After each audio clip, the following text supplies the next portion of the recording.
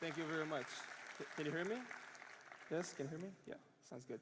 So hi everyone, my name is Sharon, and today I'm here to talk to you about ScanMySMS. This is a hobby side project or a volunteer project that I created together with my friend Amit, which could not come here today.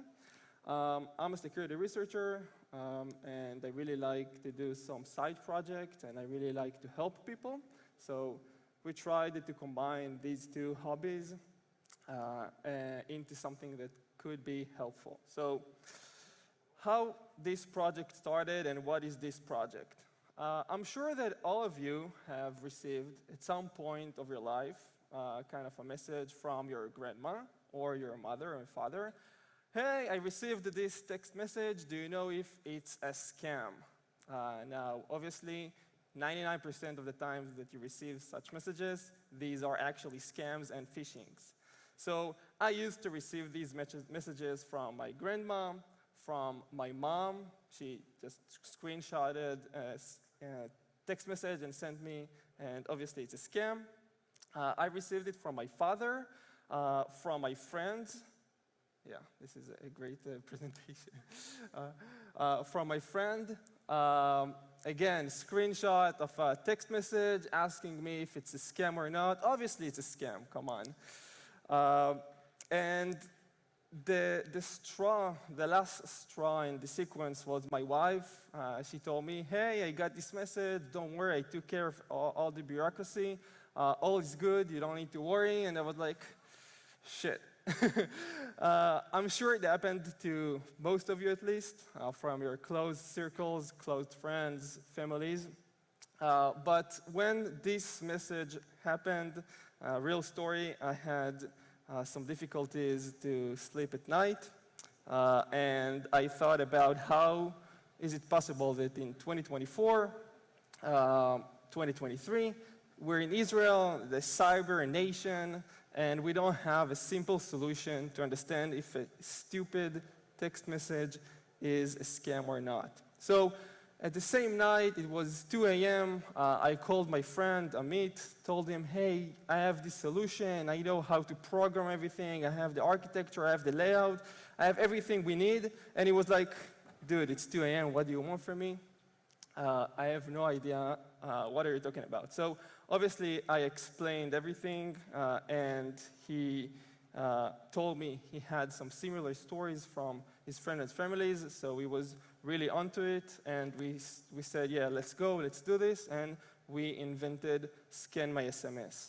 So basically, ScanMySMS is a simple solution, a platform free for everyone to use, that you can just copy-paste a text message, or email actually, and just click check, and you'll receive a very, very simple answer. Is it safe or not? Suspicious, malicious, or it's trusted. The most important thing for us was to make it very, very simple to use because we wanted the general public to be able to use it. For example, we wanted to make your grandma happy and easily to use this product. But we also wanted to make it more reliable for folks like you that are more technical. So we wanted you to trust the platform. So we added a lot of different indicators into the platform that will tell you why should you trust the answer. So for example, we're saying how many times this specific text message was searched. We also take a screenshot from the automation that I will talk about in a minute. We're adding some, I'm not sure why the slides doesn't work properly, but we're adding some information about the SSL certificates, stuff that we're scraping from the endpoint, IP addresses, and a lot of more indicators that can help you, the nerds or the technical guys, to trust the platform. Now, all of this platform is completely free. It's a side project. We're using this to help people, and it's completely on a volunteering base. But as we started this project, we saw more and more and more cases of how phishing and scams are being utilized in Israel. So let me tell you about the anatomy of the modern phishing or smishing in Israel. And afterwards, I will talk about how the platform actually works from a technical perspective. So obviously, scams in Israel and all over the world have this goal to get more money. So it's a financial gain, in most cases, financial gain scam that eventually the attackers want to get credit cards. So they start with a single credit card that they're taking from kind of dark web platforms, Telegram channels. They're buying this first credit card. And this credit card is being used alongside with a CSV, which is a phone list of all the phones in Israel. And these two elements are entered into a digital marketing platform that basically helps digital companies or companies in general to send batch of SMS, just like you're receiving from your bank, just like you're receiving from different restaurants. So they're just getting the CSV and the credit card to buy some tokens, and they just send a lot of SMS. The SMS obviously are being sent through the mobile operator to the end users, and this is when you receive stuff like this. So the attackers are using the stolen credit card alongside with a huge list of sequential running numbers of all the numbers in Israel. So for example, 052, 0001, 0002, etc. And then you receive these messages. So obviously for us, obviously it's a scam, but for non-technical folks, it's really difficult for them to understand because they see post, they see a package, they're waiting for a package. It really makes sense for them that they received this message. And we're receiving a lot of different messages from financial services in Israel, like Bit, banks. We're receiving a lot of different messages, and again, it's really difficult for folks to understand if it's a scam or not. So once people received the SMS, they probably entered the link because they need to do some kind of an action. If they want to receive their parcel, they needed to pay some kind of a fee, which makes sense overall, right? Because they are mimicking real SMS, real scenarios in Israel and generally, that when you receive a package, you need to pay something. Or sometimes you need to update your personal information. So for example, this is what you see here is a classical phishing on Bit. You need to update your Bit credentials, or you need to update your Bit information, for example, the owner of the card, etc. And the scammers are using all of these phishings in order to get PII data and in order to get credit card data. So we're seeing a lot of different examples from banks to toll roads like Kvish 6, to Bit, as we're seeing. Even the Israeli government is being mimicked into scams, and more and more and more and more and more examples. These few examples are just from the last month, from the post office to credit card companies to Bit to everything that you're seeing. I'm sure that you're seeing in the messages that you receive in your phone. So the most attacked or the most mimicked or the most popular scams in Israel are the post office, the banks, specifically Bank Hapoalim, DHL for some reason, not sure why, and also the Israeli government. So these are the most targeted campaigns in Israel for scams. There are hundreds of different phishings and campaigns and scams against a lot of different organizations, but these are the most popular. I think it's the most popular because many people are falling for this. Because, for example, in the Israeli Post, they're waiting for a package, so it makes sense for them to receive a text message to pay something for their package because they're actually waiting for this. So what I described up until now is like the simple, the most intuitive phishing scam. You get a text message, you enter the website, you enter the details of your credit card or your information, and that's it. The attacker has this information. But the more sophisticated or the harder phishing campaign is to steal OTP tokens, one-time passwords. So OTP is really the kind of the modern way to combat password stealing and information stealing. But there are still today modern phishings and scams that actually steal the OTP. So let's see how it goes. First of all, the victim receives a text message like this. This is actually a campaign that was on Cellcom to Israeli communication infrastructure, and they received it like two weeks ago. Obviously, the website here is not Cellcom, right? But some people do not understand, and they still click on the link. Now, once they click on the link, they're greeted with a Cellcom-like website. Obviously, this is a scam, right? But still, people are falling for this. And they need to enter their phone number. So they enter the phone number because they want to log in into their Cellcom account. And once they're entering their phone number, the automation of the attackers actually take this phone number and put it into the real Cellcom website. Now, the real Cellcom website receives the phone number and says, oh, yeah, I know this is one of my customers. Let's send them OTP message. And then the victim receives this kind of a message with the OTP code, which they enter into the phishing website, into the attacker's hands. And the attacker automation, again, everything is automated, takes the OTP, enter it into the real Cellcom website, and then redirects the user into Cellcom, and now the user needs to log in again. It doesn't understand what's going on, but still, it's not very suspicious. And here, the attacker actually stole the OTP token, and they have active session into the victim's account. Now, what can they do with, for example, Cellcom?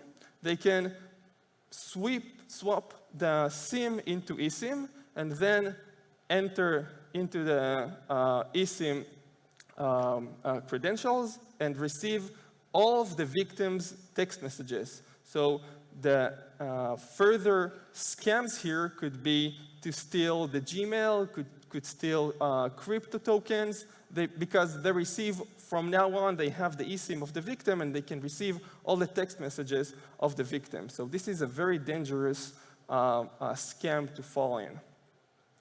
Now, obviously, the result of all what we said is a financial gain, so the end result for everything is always the same. The attacker receives a lot of different credit cards, and then they repeat this scam again and again and again. Maybe they mass sell all the credit cards, and they get more money, your money. So this is how modern scams and phishings work, and we wanted to combat this somehow. So we wanted to get all the phishings. We want to give a really simple solution for people to understand if something is phishing or not. And we developed ScanMySMS. Now, I have a question for you. Do you see this message?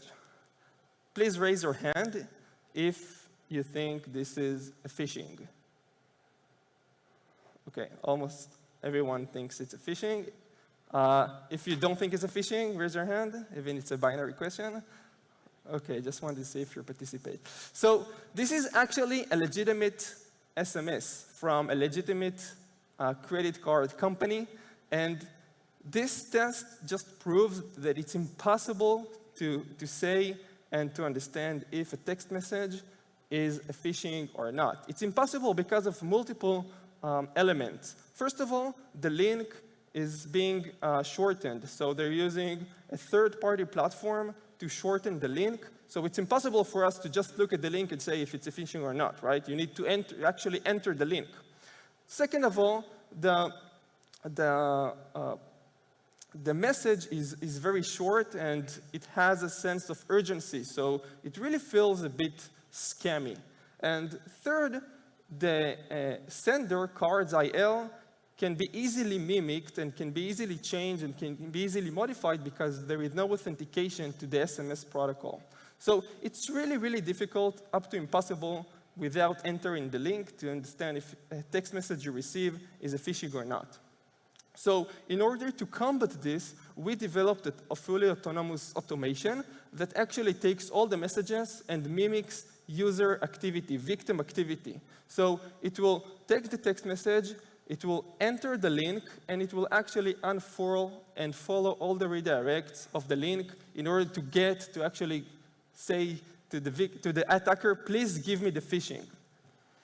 Now, once we receive the phishing, we're actually scanning all the redirects, we're scanning all the indicators, and we're scanning a lot of different elements in the end result website. So what are we looking at? So for example, we're looking at all the domains in the redirects.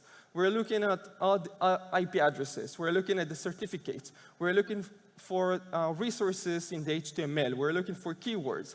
For example, if you see a bit, like you see here, it's a financial service in Israel. So if you see bit image in a website that is not bit, obviously it's very suspicious, right? Obviously it's very suspicious. So we're looking at different images, we're looking at the text, we're looking at the URLs that we're extracting from the HTML, and we have all this information which we are kind of converting into indicators that we can work with.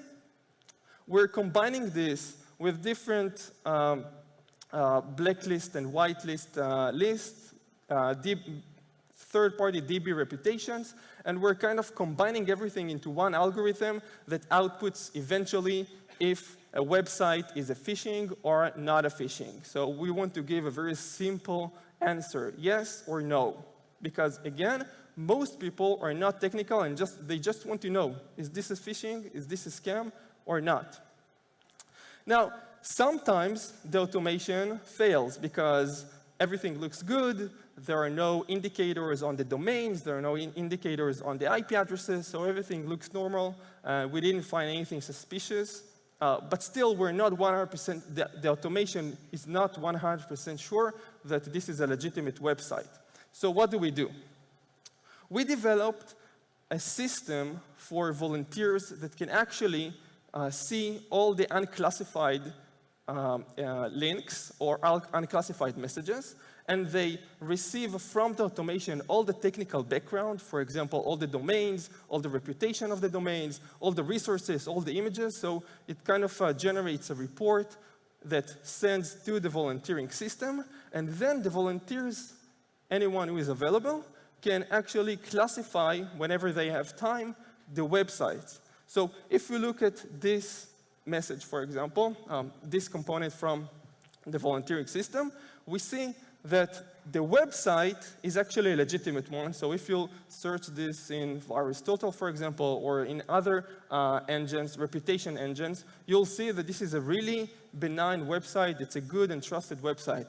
The problem, however, in this scam, the attackers actually hacked this website and implanted a malicious code, a malicious phishing kit that enabled them to actually scam people and perform the phishing activities. So this is, for example, for autonomous automations, this is really difficult to understand easily if it's a phishing or not. And using our volunteering system, whenever our volunteers have time, they just go on the platform and they just classify. As you can see here, the verdict is unknown by the automation, but someone actually one of the volunteers clicked on the malicious button, which classified this as malicious, and it transfers the information in real time to the user who checked it. So they actually get an immediate response if a volunteer is available and if the automation was not able to automatically detect it.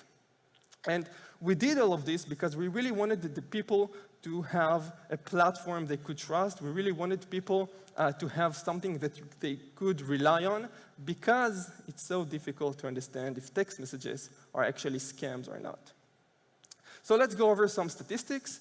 Obviously from October 23, we've seen a peak. We've seen a huge amounts of phishings. We're seeing from October thousands of different phishing campaigns, hundreds of domains every week, and we're trying to combat everything. And how do we combat this? We're combating this by taking all the phishing domains that we're finding, and we're sending this to the Israeli, it's called INCD, Marach HaCyber, Israeli National Cyber Direct something. And they take the domains and they try to take them down. So it's really a good collaboration between us finding the phishing and the INCD that are trying to close all the domains. Now, as we mentioned, one of the problems with text messages is that they contain shortener links. And some of them are actually legitimate. For example, tinyurl.com is a legitimate service, but it's being utilized as a malicious service, and it is being utilized by scammers into a lot of different phishing attempts.